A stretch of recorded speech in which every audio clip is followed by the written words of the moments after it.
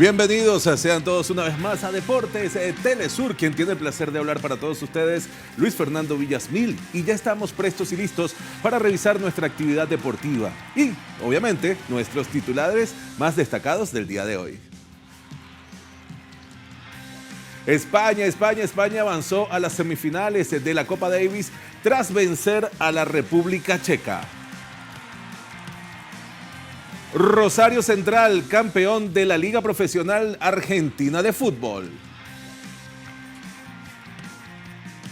Y la Fórmula 1 se encuentra en su recta final con 3 pilotos en la lucha por el Campeonato Mundial en el Gran Premio de Las Vegas. Esto y más en Deportes Telesur.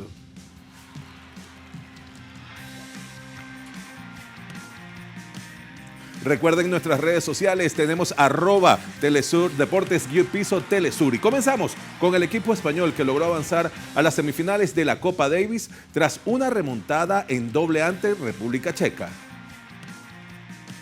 La plantilla de España había sufrido una baja importante, la de Carlos Alcaraz. Sin embargo, esto no fue impedimento para imponerse a República Checa. El primero en jugar fue Pablo Carreño, quien enfrentó a Jakub Mensik, y aunque estuvo muy parejo el marcador, fue el checo quien ganó el partido con parciales de 7-5 y 6-4. La esperanza española continuó con Jaume Munar, quien venció a Jiří Lehecka por 6-3 y 6-4. Con la serie igualada, el punto decisivo tuvo que definirse en los dobles. Todo quedó a manos de Marcel Granollers y Pedro Martínez, quienes se enfrentaron a Tomáš Mašák y Jakub Mensik, pero los españoles se impusieron con doble 7-6, logrando así la clasificación de España a las semifinales.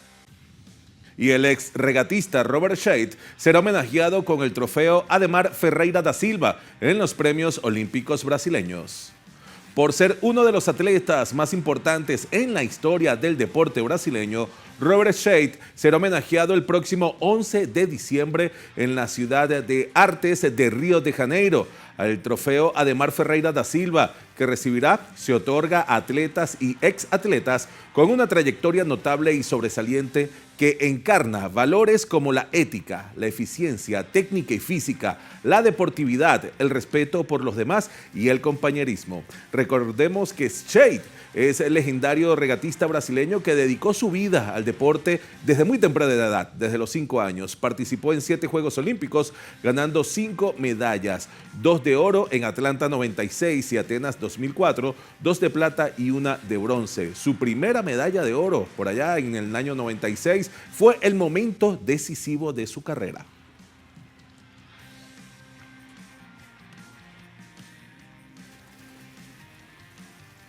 El Ministerio de Cultura y Deportes y el Comité Paralímpico Guatemalteco organizan el Festival Paradeportivo Centroamericano 2025, que reunirá a 490 paratletas de 5 países el 28 y 29 de noviembre. Desde el viernes 28 y sábado 29 de noviembre se realizará el Festival Paradeportivo Centroamericano Guatemala 2025, con el objetivo de visibilizar las disciplinas paradeportivas en la región. Cerca de 490 atletas de Costa Rica, El Salvador, Nicaragua, Panamá y Guatemala mostrarán su talento, orgullo y coraje en cada una de las pruebas. El festival cuenta con el apoyo del Comité Paralímpico Guatemalteco y de las Federaciones Nacionales de Natación, Tenis de Mesa, Tenis de Campo, Atletismo y las asociaciones de fútbol de talla baja y de amputados. Las competencias se desarrollarán en distintos escenarios deportivos de la capital de la República y la ceremonia de inauguración es el jueves 27 de noviembre de 2025. Mientras tanto, en Cuba se celebró este miércoles el Día de la Cultura Física y el Deporte. Veamos más detalles a continuación. Cada 19 de noviembre desde el año 1961 se celebra el Día de la Cultura Física y el Deporte en Cuba, fecha designada por el líder de la revolución, el inmortal Fidel Castro, quien en ese año declaró que la nación sería el primer pueblo de América Latina en cuanto a la preparación del pueblo en la educación física y las actividades deportivas, por lo que insistió en que el deporte debía ser un derecho y no un privilegio, algo que rindió frutos en años posteriores, y es que Cuba dominó durante décadas los Juegos Centroamericanos y del Caribe. Protagonizó unos Panamericanos inolvidables en La Habana 1991 y desde ahí ascendió entre las grandes potencias olímpicas. Durante este 19 de noviembre de 2025, se pudo apreciar cómo el país antillano despertó con niños corriendo en las escuelas, adultos mayores estirando los brazos en los parques y jóvenes afinando músculos y sueños en los gimnasios de barrio. En un día en el que también hubo bailoterapias, exhibición de motocicletas de competencias, natación, ciclismo, esgrima, entre otros deportes, honrando un sueño que nació en el año 1961 y que dejó de ser promesa para convertirse en realidad. Y nosotros seguimos en territorio cubano y es que el deporte de este país se encuentra de luto por el fallecimiento del exatleta Juan Francisco Cénteres. Considerado una de las glorias deportivas nacional, el atleta de salto de altura inició su carrera desde muy joven y con solo 19 años representó a Cuba en los Juegos Olímpicos de Moscú. Además, fue subcampeón mundial universitario, campeón panamericano y doble monarca centrocaribeño. Asimismo, participó en el primer campeonato mundial de atletismo en Helsinki. Su récord nacional fue un salto de nada más y nada menos 2.23 metros de altura. Luego de su retiro como atleta, inició su carrera como entrenador, formando a las nuevas generaciones.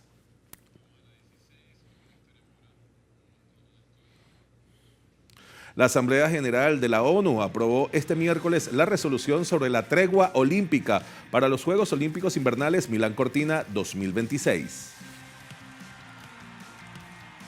Deportiva prevista a realizarse del 6 al 15 de marzo fue presentada formalmente en Italia, en colaboración con el Comité Olímpico Internacional, el Comité Paralímpico Internacional y el Comité Organizador de Milán Cortina 2026. De acuerdo con Giovanni Malago, presidente del comité organizador, esta tregua es una oportunidad única para crear un ambiente de paz y además sostuvo que en tiempos de creciente discordia y conflicto, el deporte y los Juegos Olímpicos pueden representar un faro de esperanza y una alternativa a la rivalidad y la división. Es importante destacar que, a pesar que la tregua olímpica busca garantizar el cese de hostilidades y permitir el paso seguro de deportistas, delegaciones y espectadores durante los Juegos Olímpicos y Paralímpicos, solo se le permite a deportistas de Rusia y Bielorrusia competir como atletas neutrales individuales, así como sucedió en los pasados Juegos Olímpicos de París 2024.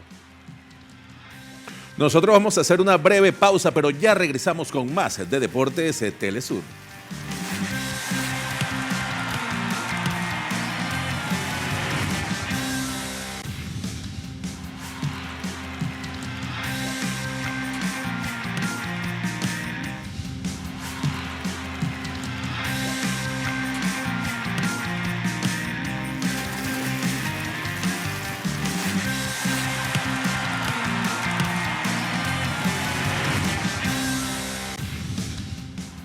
Continuamos con más de deportes en Deportes Telesur y vamos ahora al balompié internacional porque el Rosario Central fue proclamado campeón de la Liga Profesional Argentina de Fútbol. El Comité Ejecutivo de la Liga Profesional decidió este jueves por unanimidad que el título de campeón de la liga fuese otorgado al Canalla, ya que fue el equipo que más puntos sumó en la tabla general, específicamente al acumular 31 unidades en total. Por medio de sus redes sociales, la liga detalló que estuvieron presentes y recibieron el trofeo el presidente del club, Gonzalo Belloso, la vicepresidenta Carolina Cristinciano y el director técnico Ariel Holland. Y también se hicieron presentes los jugadores Ángel Di María y Jorge Brown. Con 18 victorias en 32 fechas disputadas, Rosario Central se adjudicó su título número 12 en la historia del balompié argentino.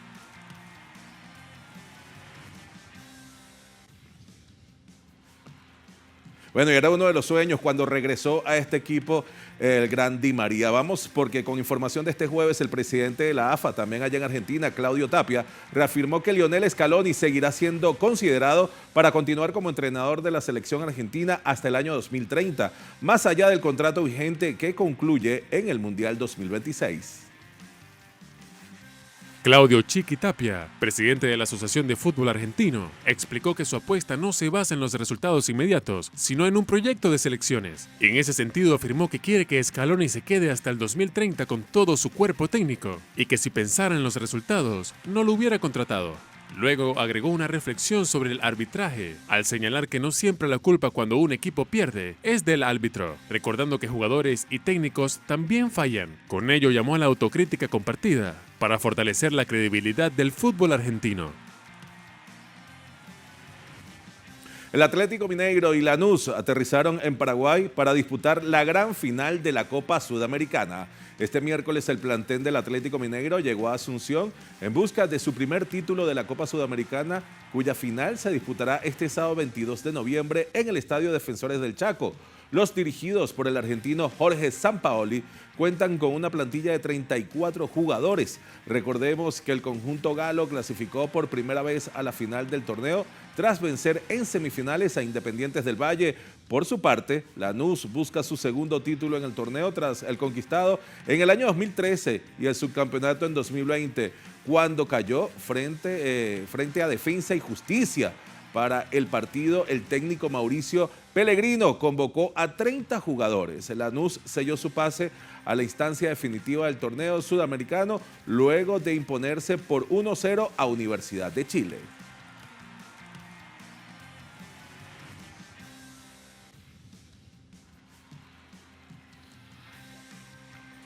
Y el presidente de la Conmebol, Alejandro Domínguez, aseguró que jugar con 64 selecciones en el Mundial 2030 impulsará el fútbol.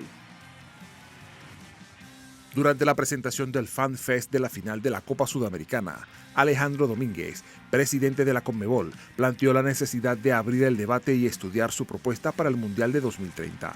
La iniciativa consiste en aumentar por única vez a 64 el número de selecciones que disputarán el torneo, el cual se jugará en España, Marruecos, Portugal y 3 ciudades de Sudamérica: Montevideo, Buenos Aires y Asunción.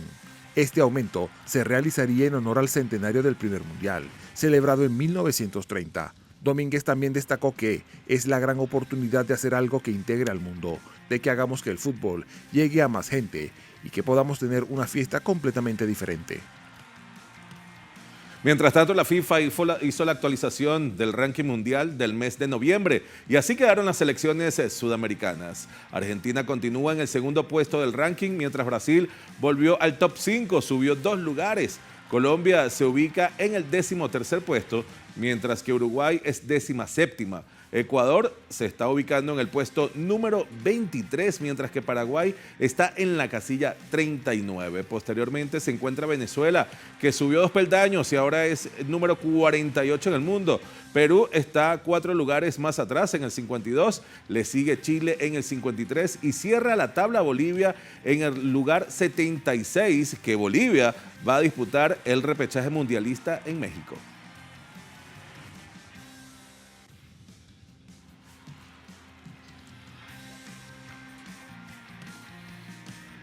Pasamos ahora al balompié venezolano. El Deportivo Táchira anunció la contratación del histórico uruguayo Álvaro Chino Recoba como su nuevo director técnico.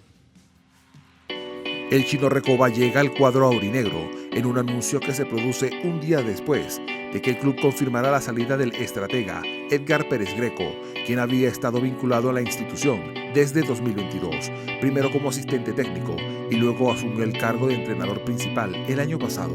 Por medio de sus redes sociales, el Táchira dio la bienvenida a Recoba y posteó lo siguiente: estamos seguros que escribirás una página gloriosa en el aurinegro, siguiendo el histórico legado de fundadores, jugadores y técnicos charrúas que enaltecieron nuestro club. En sus primeras declaraciones como DT aurinegro, el Chino sostuvo que las características desarrolladas en su época de jugador las amoldará en su faceta como técnico, ahora del Deportivo Táchira. En su primera experiencia como DT entre 2023 y junio de 2024, Recoba dirigió 37 partidos del Club Nacional de Uruguay, con un balance de 21 victorias, 8 empates y 8 derrotas, clasificando a la fase de grupos de la Copa Libertadores y avanzando además hasta los octavos de final del torneo continental.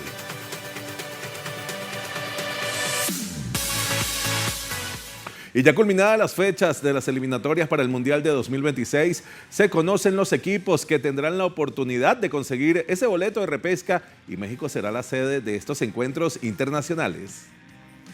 Guadalajara y Monterrey en México serán las sedes que en marzo albergarán la repesca intercontinental que repartirá 2 de las 6 plazas para el próximo Mundial 2026, que queda por decidir. Desde el 23 al 31 de marzo, Irak, República Democrática del Congo, Jamaica, Surinam, Bolivia y Nueva Caledonia se enfrentarán por 2 cupos. Los otros 4 boletos se disputarán por las mismas fechas en la repesca europea.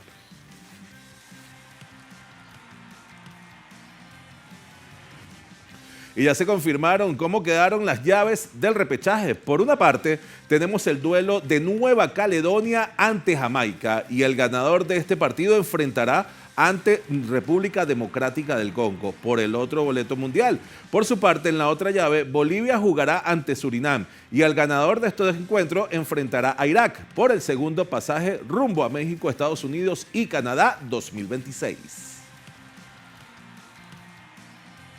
También se dieron a conocer los cruces del repechaje europeo. Italia enfrentará a Irlanda del Norte, mientras que Gales jugará ante Bosnia. Herzegovina, Ucrania chocará ante Suecia. Polonia tendrá de rival a Albania. Turquía jugará ante Rumania. Eslovaquia enfrentará a Kosovo. Dinamarca contra Macedonia del Norte y finalmente República Checa enfrentará a Irlanda. El ganador de cada una de estas llaves tendrá que jugar un segundo partido donde se definirán los 4 clasificados al Mundial por parte de la UEFA.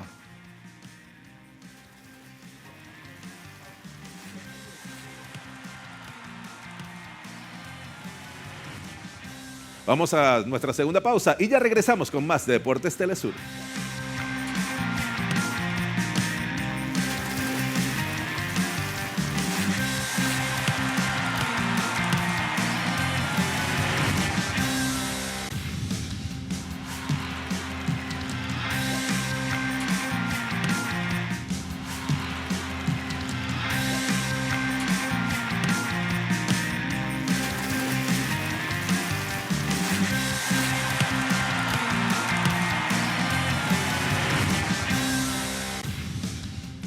Estamos con más de las acciones acá en Deportes Telesur y vamos con el automovilismo porque se encuentran en su punto más alto con la Fórmula 1, ya en esta recta final con 3 pilotos en la lucha por lo que es el campeonato mundial, dándole así lo que es un inicio al Gran Premio de Las Vegas. Luego de 2 semanas sin actividad, la máxima categoría del automovilismo se prepara para cerrar el telón de la vigente campaña, con un triplete de carreras que iniciará con el Gran Premio de Las Vegas, cerrando así su gira por el continente americano. Y es por ello que los 20 monoplazas que recorrerán el circuito callejero de Las Vegas, teniendo una longitud de 6.201 kilómetros, albergando 17 curvas y teniendo además 3 rectas principales. Los protagonistas de esta jornada son la dupla de McLaren, Lando Norris y Oscar Piastri, con el británico liderando el campeonato mundial de los pilotos por más de 20 unidades, mientras que el australiano ha pasado desapercibido en los últimos grandes premios, perdiendo terreno ante su compañero de equipo, buscando ambos su primera corona. Sin embargo, el vigente campeón Max Verstappen sigue en la lucha para alcanzar el estatus de pentacampeón, donde se espera que su nuevo motor RB1 se convierta en ese impulso para seguir en la contienda, aunque el neerlandés ha aceptado que dicha hazaña es complicada, ya que a falta de 3 carreras se encuentra a más de 40 puntos del líder y necesita un buen resultado para seguir en la lucha por el título. Seguimos con más del deporte a motor porque Max Verstappen se le ha cuestionado cuáles cambios implementaría en un futuro dentro de la Fórmula 1 para conseguir mayor competitividad en la categoría. Previo al Gran Premio de Las Vegas, los medios le preguntaron al neerlandés qué cambios debería llevarse a cabo en las siguientes ediciones, destacando eliminar el formato de carreras sprint, además de reducir la cantidad de grandes premios que hay en el calendario, haciendo énfasis que los circuitos urbanos no deben abarcar una parte importante del calendario, ya que no suelen presentar las condiciones necesarias para una buena carrera, quienes han desplazado o han corrido trazados emblemáticos. Por su lado, el tetracampeón mencionó que lo ideal sería reducir el tiempo en pista durante los fines de semana, realizando una sola práctica libre y directamente la clasificación, corriendo en su normalidad el día domingo.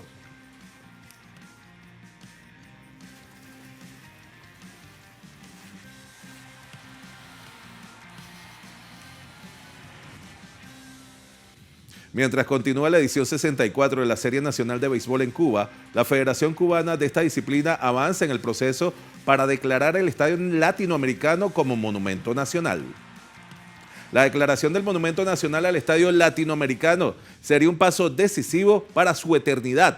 El camino es complejo, con una gran cantidad de verificaciones, documentos y exigencias técnicas. El estadio, inaugurado el 26 de octubre de 1946, es un templo donde diferentes generaciones han compartido alegrías, tristezas y grandes gestas deportivas, además de ser escenario de conciertos, rodeos y peleas de boxeo.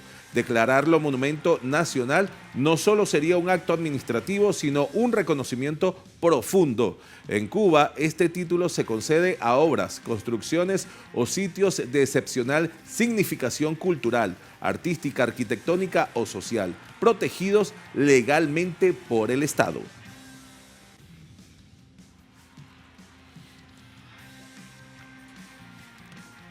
Pasamos al Mundial de Voleibol de Playa, donde Brasil sigue teniendo buenas actuaciones, donde en la rama femenina como en la masculina.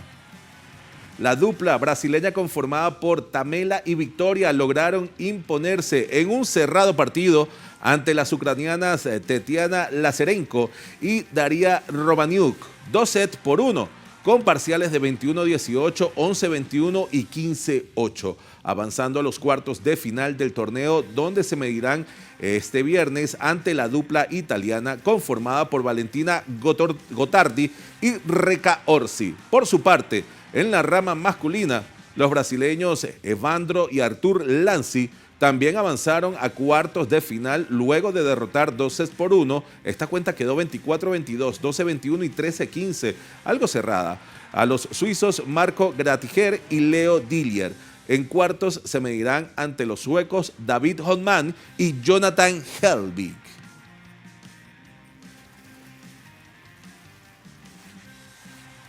De esta manera llegamos al final de Deportes Telesur. No olviden nuestras redes sociales como @deportes_telesur. Así que hasta una próxima oportunidad.